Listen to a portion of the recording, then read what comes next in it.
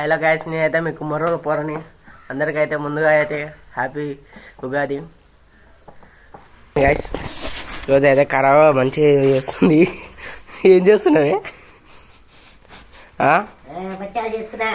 బచ్చాలు చేస్తున్నాడ గాయస్. బచ్చాలు ఏముందయ్యా పిల్లలు బచ్చాలు చేస్తున్నా. చూడండి గాయస్, మా అమ్మమ్మ కూడా ఇన్ఫ్లుయెన్సర్ అయిపోయింది. చేతు వివరాలు వస్తువులేరు, నాకు ఏ చెప్పలేదు, చేతి నొప్పులు ఉన్నాయి. ఏమెట్లా కొంచెం మంచిగా చేస్తున్నావు నాయన.